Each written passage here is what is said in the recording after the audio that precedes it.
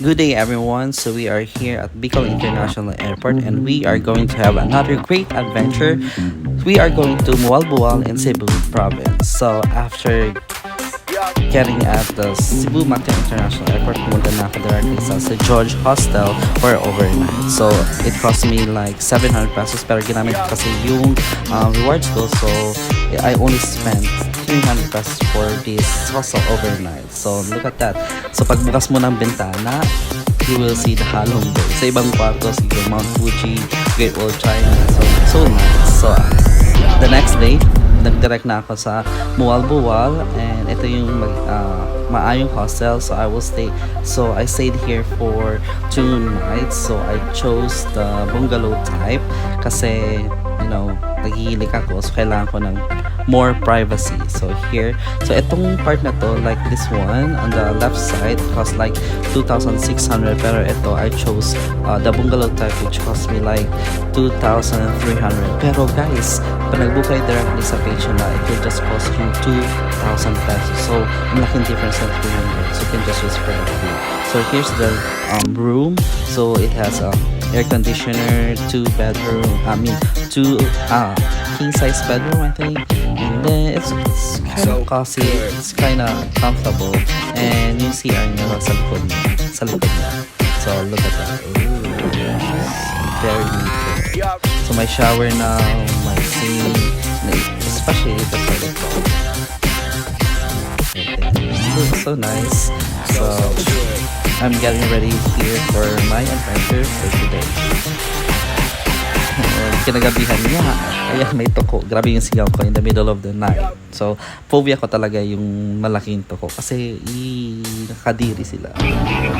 And then the next day, not the next day, in the afternoon, I went into this area. Hindi ko alam yung pangalan ng beach, pero dito kami nag-snorkel to see the sardines and also the turtle, the sea turtle. So it's very nice. The weather was nice, and also konti lang yung turista.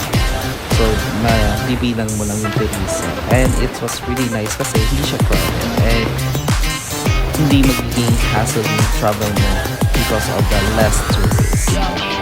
You will really enjoy the beach, the Mualbual, area.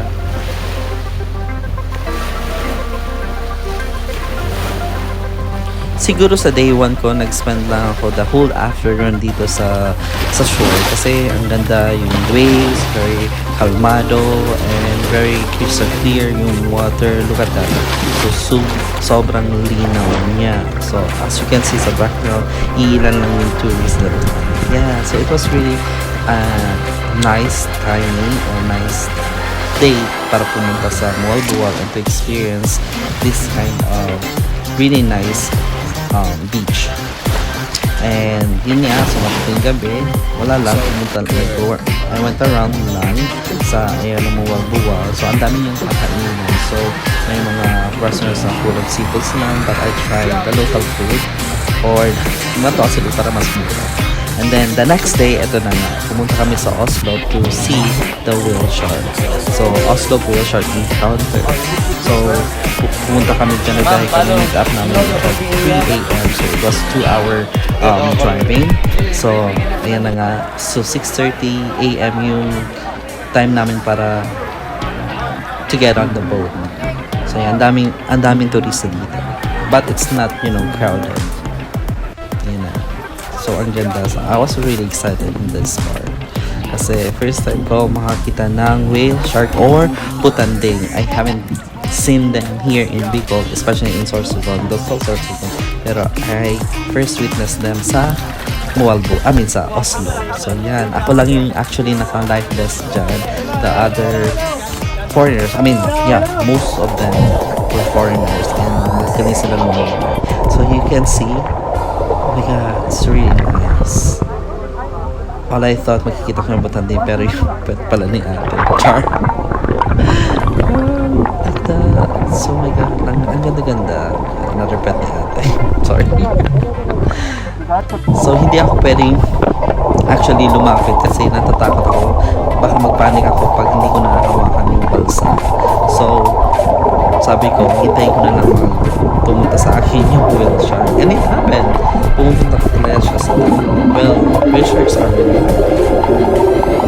I really enjoyed this adventure kahit na hindi ako marunong lumangoy.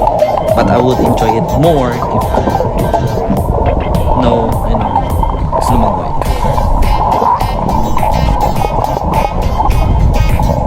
This time, ang ganda, ang close na encounter ko with the whale shark. Look, natamaan pa niya ako ng things niya. So, it's really nice. It was really a great adventure, swimming with the whale sharks. So nice. Mabait nila.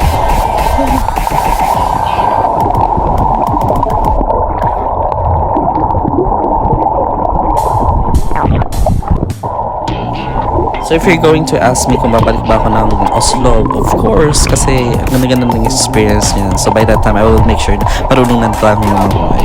Yeah, so nakabalik na ako sa hostel. So nag-take away lang ako ng burrito at dyan. So it was really nice. And also, it's really nice to have quality time with yourself as well. So day 2 na to.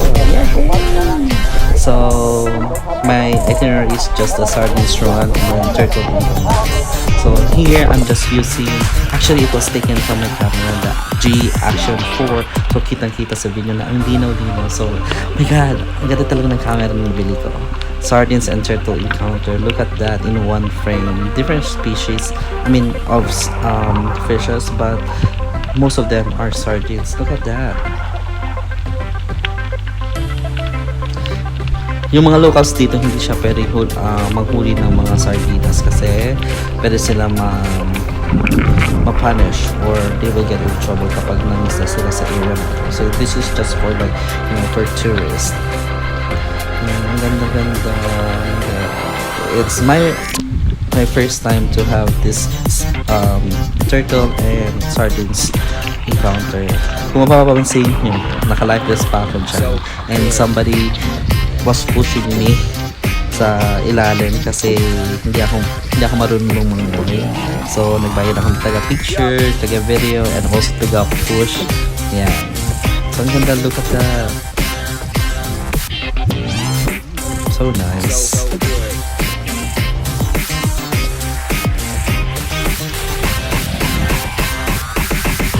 Even the turtles, look at those two sea turtles. Malangoy-langoy lang. Wow, ang ganda. Tingnan mo naman, napaka-sharp ng kuha ng video. Actually, hindi ako kumuha ng video. Yung hinarap kong videographer.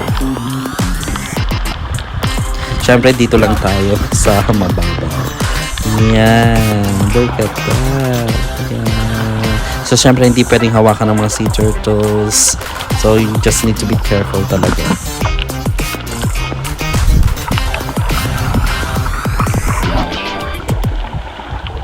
So after the sardines and sea turtle encounter, bumalik na ako sa hostel para makapagpahinga kasi babalik na ako sa Cebu City. It will take like almost 3 hours to get from Mualbual to Cebu City. So I just took bus kasi mahal pag taxi or van. There you go. See you on the next trip. Bye.